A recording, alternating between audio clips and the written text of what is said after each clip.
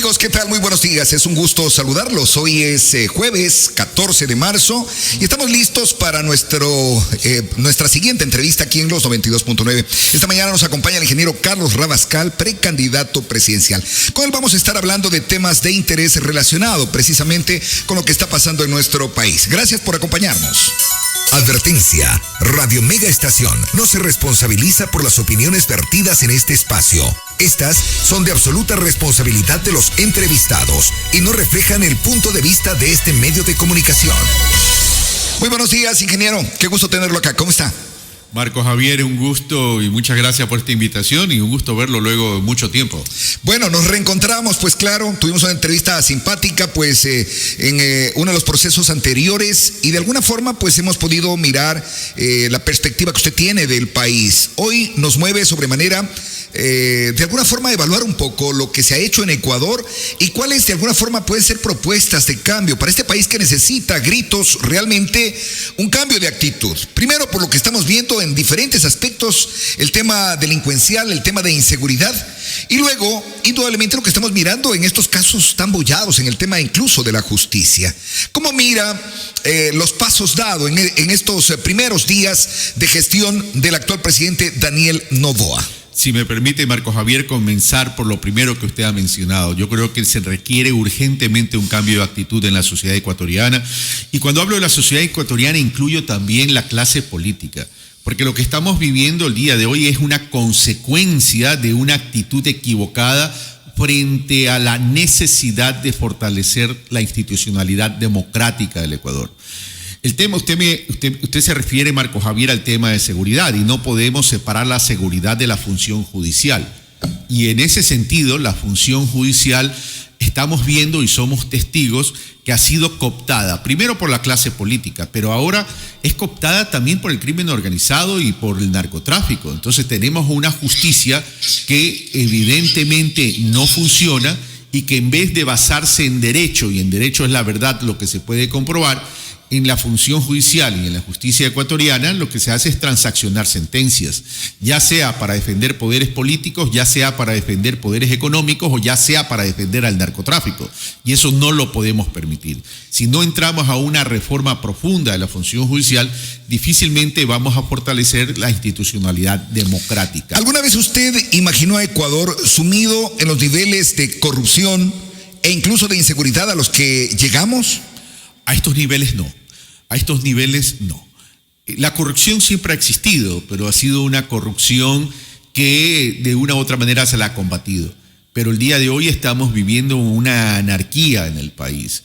Casualmente porque no funcionan los organismos de control, porque no funciona la función judicial, porque la clase política está más concentrada en el tema de la lucha por el poder y se ha alejado de las necesidades de la gente.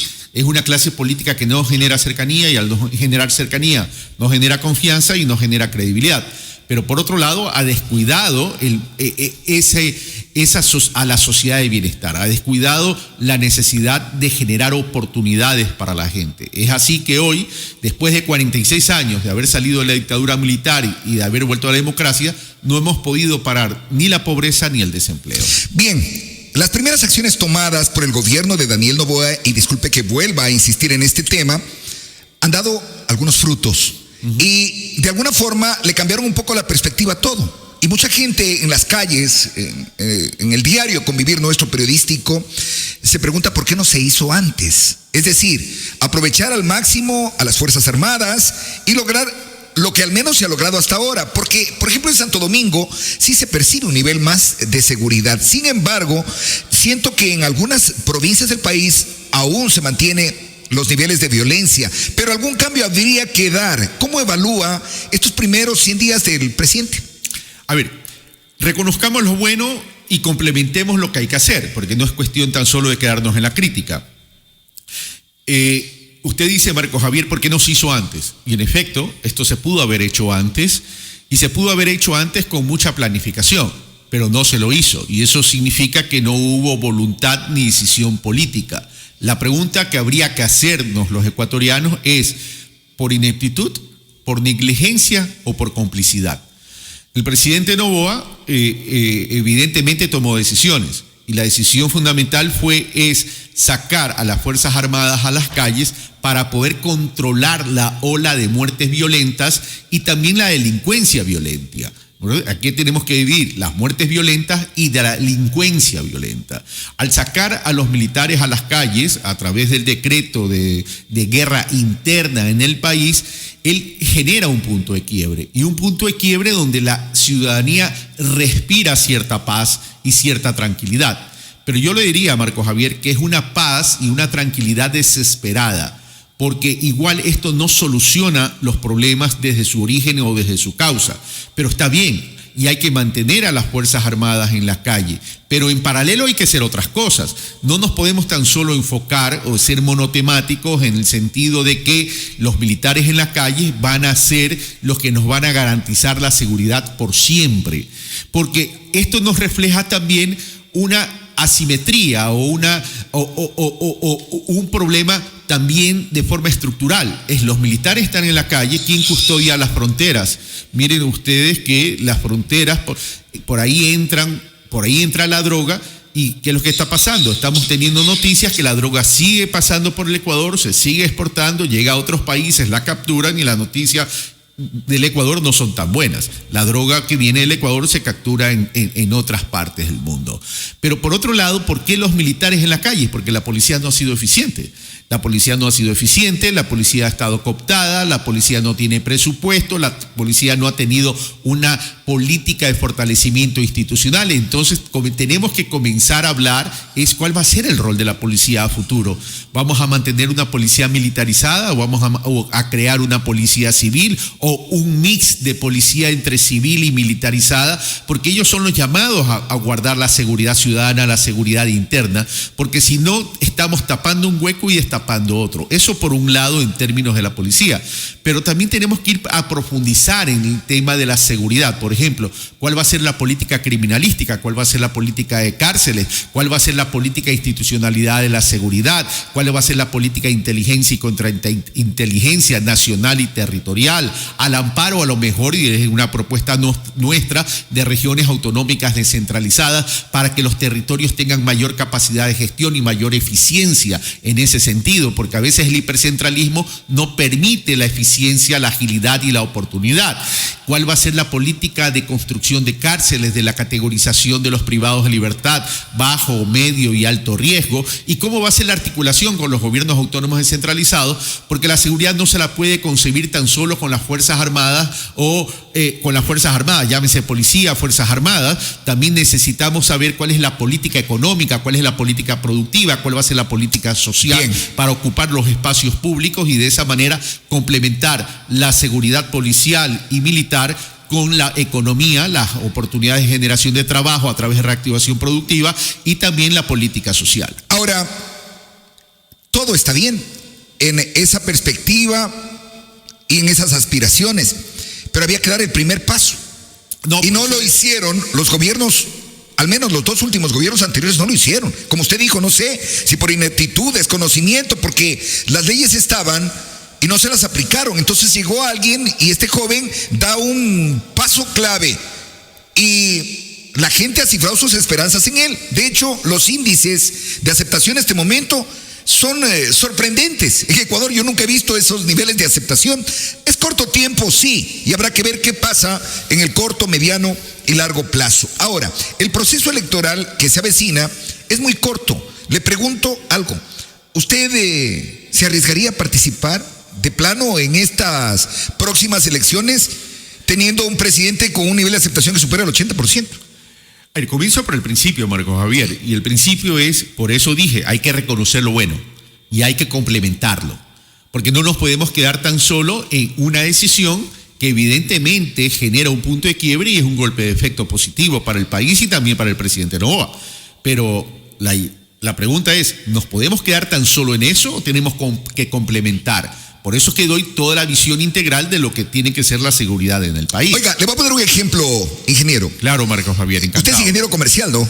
Ingeniero comercial. Claro. Bueno, mi padre era técnico en electrónica y era un maestro de profesión también. Y yo recuerdo que compré un transmisor para radio hace 20 años.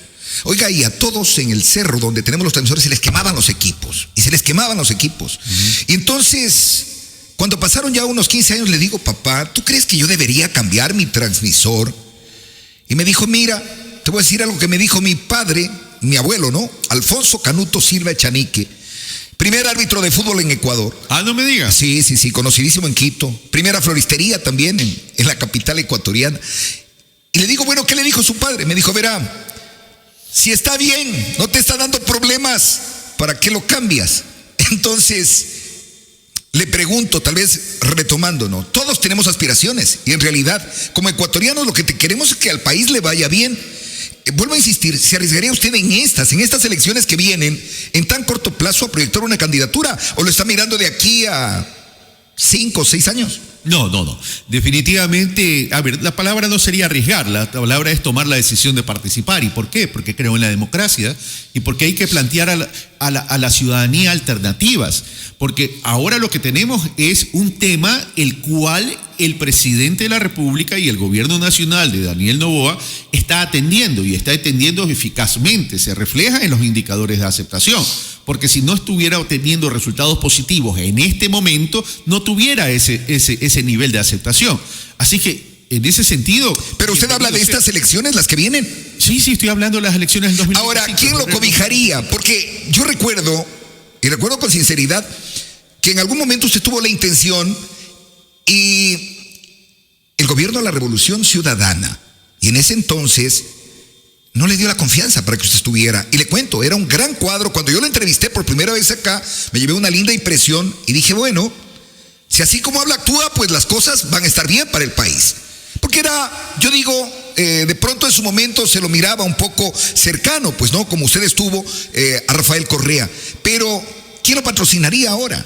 ¿O cree que de pronto el mismo gobierno de la Revolución Ciudadana insista por ir con Luisa González? Bueno, primero que la Revolución Ciudadana no es gobierno, y segundo que no he sido afiliado a la Revolución Ciudadana ni he participado en el gobierno de la Revolución Ciudadana en el pasado. ¿Pero intentó alguna vez? A ver, fui candidato por una alianza llamada Unión por la Esperanza, donde convergían dos partidos, Centro Democrático, que hoy me vuelve a auspiciar para esta candidatura a la presidencia de la República. Pero la idea era ir por ese frente, ¿verdad? Y no se consolidó. Le pregunto ahora, en estas circunstancias, teniendo a Centro Democrático realmente como un gran respaldo, es una gran organización, y en realidad he visto a buenos cuadros en el país y trabajar muy bien, ¿con quién más? Bueno, hemos tenido conversaciones con algunas agrupaciones y organizaciones políticas. Con algunas hemos conversado, pero no hemos llegado a un acuerdo. En este momento hemos tenido un acercamiento con la izquierda democrática. Habrá que ver si eso cuaja en definitiva, pero lo cierto es que en este momento el movimiento político que auspicia la candidatura de Carlos Rabascal se llama Centro Democrático Lista 1. ¿No han pensado en acercarse a la Revolución Ciudadana? ¿O cree que este momento no están muy bien parqueados en el contexto político nacional? Es evidente que la Revolución Ciudadana ha decidido escoger su propio camino y un camino con una agenda muy particular. Nosotros estamos pensando en el país y estamos haciendo planteamientos y propuestas que permitan... Me deja las claras que no es por ahí la cosa. ¿Qué cosa, perdón? Me deja las claras entonces que no es por ahí la cosa. No va por ahí, definitivamente no va por ahí. ¿Por dónde va? Porque necesita un partido fuerte, sólido, que responda. Por ejemplo, la gente que acompañó en su momento... qué sé yo, el Partido Social Cristiano, de pronto el partido o la agrupación que acompañó a Villavicencio, no sé. ¿Quién más le puede apoyar? Más allá de las organizaciones políticas, Marco Javier, que definitivamente son importantes y que de acuerdo al Código de la Democracia son necesarias porque un candidato necesita ser auspiciado o afiliado por parte de una organización política, aquí lo importante es el elector, cómo se siente el elector. Pero también tiene que haber afinidad por la organización política, ¿o no? Pues una sinergia de criterios y conceptos. Pero Marco Javier, no seamos contradictorios, porque yo le digo qué afinidad podía tener Daniel Noboa con el partido o el movimiento Mover, que hoy no existe, y con el movimiento del hermano del expresidente Lenín Moreno. Claro. No se trata tampoco de solo la afinidad con un movimiento político. Es decir, la idea sería llegar como sea y al final, pues bueno, sacar las espuelas y realmente mostrar que uno puede. A ver, aquí volvemos a una realidad ecuatoriana, Marco Javier. más allá de las organizaciones políticas que hoy necesitan ser fortalecidas y se requiere una gran reforma política de los partidos políticos y del código de la democracia, lo importante es la conexión con la ciudadanía. En democracia el corrector es el ciudadano. ¿Por qué? Porque el ciudadano es el que siente su angustia. Claro. El ciudadano es el que no tiene la plata en el bolsillo. El ciudadano es el que está desempleado. El ciudadano es el que es víctima de la violencia en las calles producto de la inseguridad. Ingeniero, hablando de empleo, el gobierno de entrada se comprometió en un número importante de plazas, especialmente para los jóvenes. Es corto tiempo en realidad. El gobierno de Noboa, ¿no? Al gobierno de Noboa. Lastimosamente, lo que se ha dicho en cifras, y usted debe estar mucho más documentado, es que en realidad se encontró un país con una deuda tremenda. ¿Y cree usted que hay posibilidad de que se cumplan las ofertas que se hicieron? A ver, lo que pasa es que también hay una serie de contradicciones de parte del gobierno de Daniel Noboa. ¿En qué sentido? Por ejemplo, lo que tenemos que cambiar es la forma de hacer política. En las campañas parece que es un baratillo de ofertas y ese baratillo de ofertas a veces se trata de propuestas que a conciencia saben que no van a poder cumplir. Por ejemplo, Daniel Noboa prometió que subir la pensión jubilar al salario y equipararla al salario básico, pero hoy es su propio gobierno que está hablando de subir el aporte en 10 puntos, establecer la pensión jubilar en el promedio de los 30 últimos años de aportes, por tanto bajaría la pensión jubilar y subir la edad de jubilación a 70 años de edad. Complicadísimo. Es muy distinto de lo que se propuso en la campaña y eso afecta a la gente, al ciudadano común, al que vive el día a día. ¿Qué cree usted que, por ejemplo, se debería hacer en este aspecto? A ver, ¿cuál es el problema estructural de la seguridad social? ¿Quién alimenta la seguridad social? Como cualquier tipo de seguro. Pongamos, en la entrevista anterior se hablaba del seguro privado. ¿Qué es un seguro? El seguro es la probabilidad basada en los grandes números y eso se llama estadística, es decir, se genera una posibilidad de la ocurrencia de hechos inciertos y a cambio de la ocurrencia de hechos inciertos se cobra una prima. En el caso de la seguridad social son los aportes que deben ser la sumatoria de aportes individuales que sean lo suficiente para cubrir jubilación, salud y muertes, es decir, para indemnizar. ¿Verdad? Pero tiene plata en el tiempo, el IES, porque con la deuda que le dejaron. Ya, pero vamos a eso. Ok, ¿quién alimenta y quién debe ser la columna vertebral que alimenta la seguridad social? Los trabajadores, pues. Los trabajadores. ¿Ya? Porque si no hay trabajadores, no hay quien aporte, pues. Así de sencillo. Pero los trabajadores aportan, entonces ¿se refiere usted a la falta de empleo? Pero el problema entonces, Marco Javier, es ¿hay suficientes trabajadores que aporten a la seguridad social? Mire, los indicadores internacionales hablan de 8 afiliados activos para sostener un jubilado. Mire, estaba leyendo que alrededor de 123,000 empleos se han perdido solamente en este inicio de año. Vamos a lo siguiente, pero déjeme terminar la idea.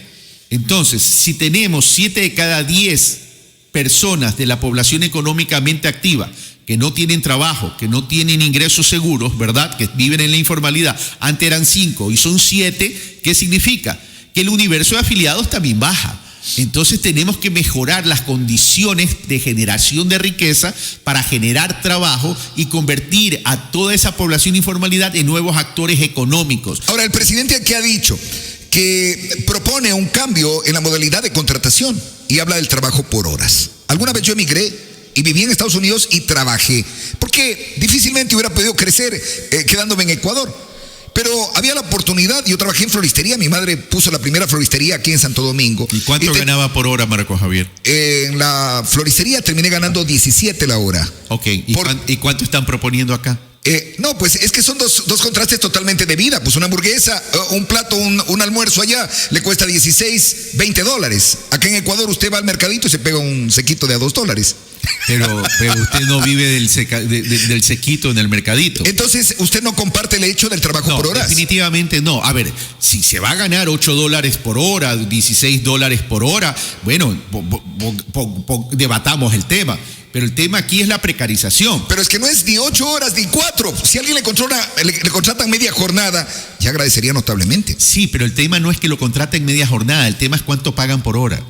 Porque si se paga bien la hora, usted me va a poner el ejemplo de $16 por hora, bueno, puede trabajar 4 horas en una empresa, puede trabajar... No, pero esa es otra historia, pues eso es Estados Unidos, pues eso es otra historia. Pues. Perdón, estamos en un país dolarizado, donde la estructura de costos del Ecuador es muy cara para poder vivir. Por tanto, también tenemos que pensar en el bienestar de la gente. Ya, si no es la contratación por hora, entonces, ¿cómo mejoramos la contratación? Mire usted, hoy de mañana miraba un reportaje nacional y resulta que en CNT han existido ciudadanos que ganan sobre los $13,000. O sea, y no solamente en CNT, pues, también en Petroecuador. Oiga, y pero en otros lados. ¿qué cree que se debe hacer con eso?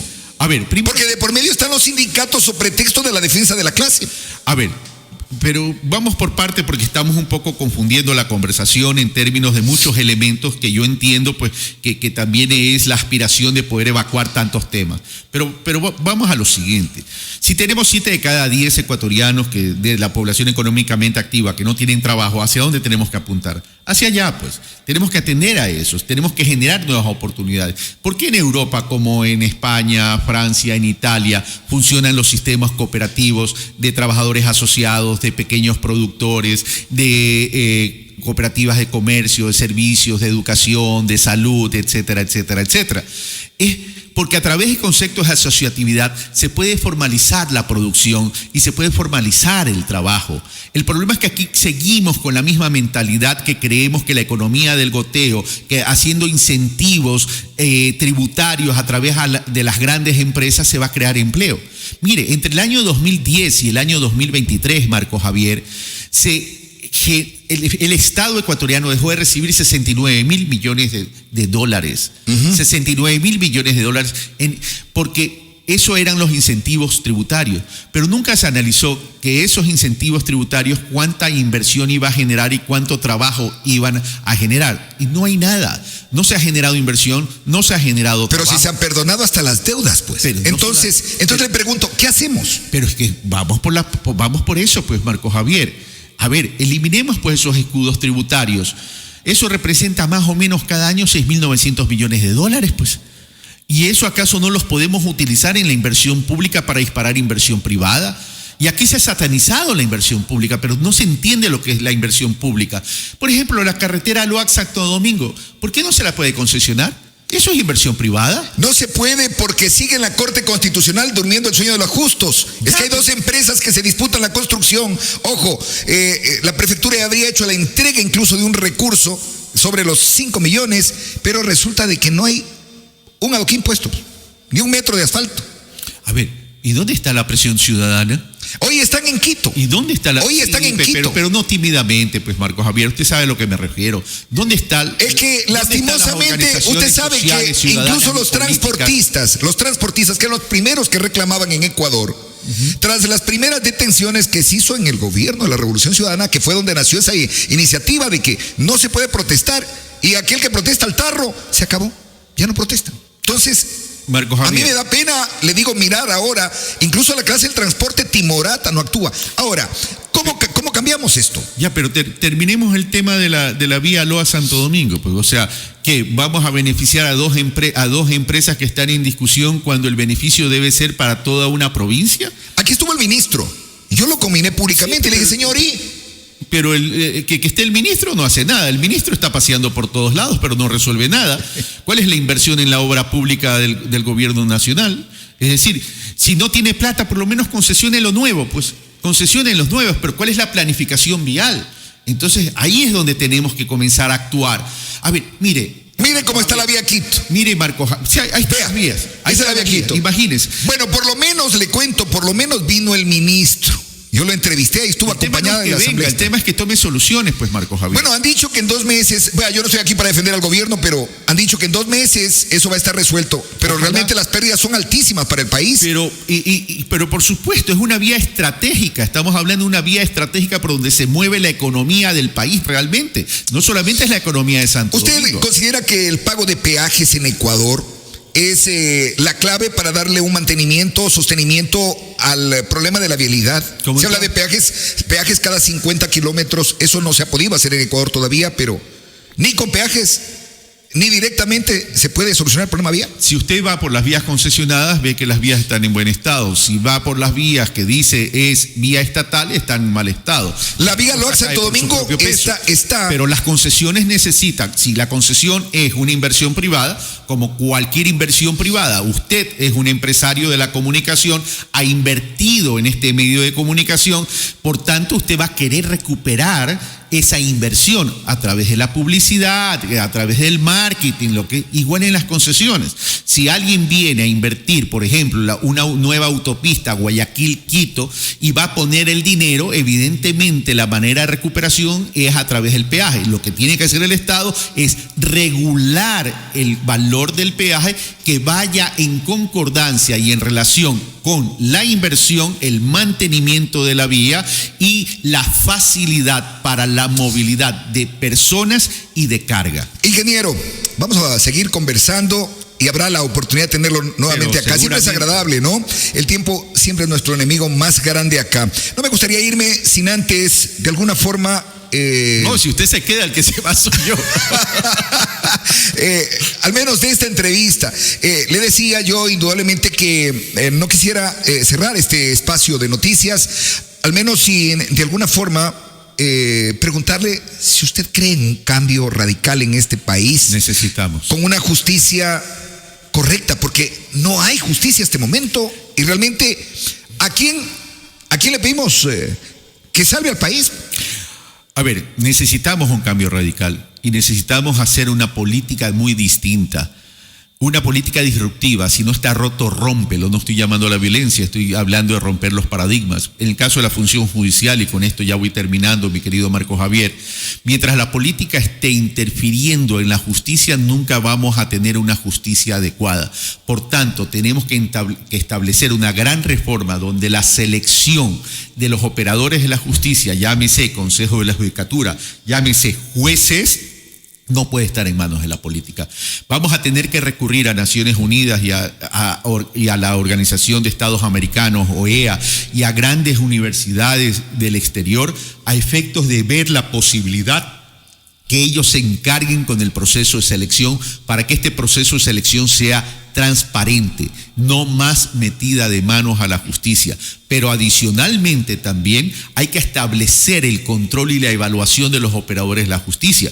Porque, discúlpeme, Marco Javier, pero no puede ser que un juez que pueda ganar $3,000, $4,000 o $5,000 tengan mansiones de millones de dólares. No estoy hablando, evidentemente habrá excepciones, pero lo que estamos viendo es que no hay una evaluación y seguimiento patrimonial a los operadores de la justicia que guarde relación entre los ingresos que ellos tienen y su estilo de vida.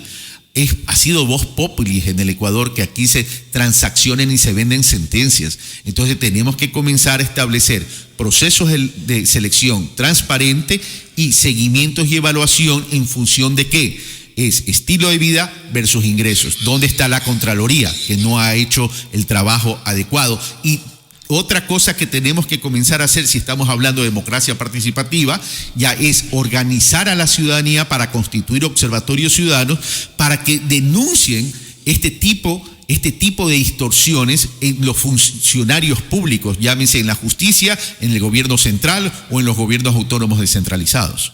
Quiero agradecer sobremanera su gentil presencia acá, ingeniero. Siempre es un gusto tenerlo. Hay mucha gente conectada esta mañana. Vea, reventaron las redes, la gente escuchándonos. Quiero enviar un saludo muy cordial para un directo amigo, un excelente profesional de Santo Domingo, el doctor Fabián Sotomayor. Con él nos encontramos hace días atrás, haciendo el compras en el comisariato. Yo también, como buen padre de familia. Eso está bien, claro, que usted vaya al comisariato. Y me decía, oiga, Marco Javier, ¿qué posibilidad habrá de tenerlo al ingeniero Carlos Rabascal? Y yo, encantado de la vida. Sí, han sido siempre interesantes las entrevistas con usted y ojalá podamos volvernos a reencontrar. Gracias por visitar la tierra de los Áchilas. Dios bendiga a nuestro país, ingeniero. Amén, y así sea, Marco Javier, muy agradecido por la invitación y no será la primera y la última vez que estaré por acá en sus estudios, que a propósito los felicito porque son unas lindas instalaciones. Muchísimas gracias, muy gentil. Las noticias de último minuto. Imágenes que dicen más que 1000 palabras. Porque estamos en el lugar de los hechos. Y no tenemos compromiso con nadie. La actualidad informativa de Santo Domingo de los Áchilas y la región está en Mega Estación 92.9 FM, Radio y Televisión.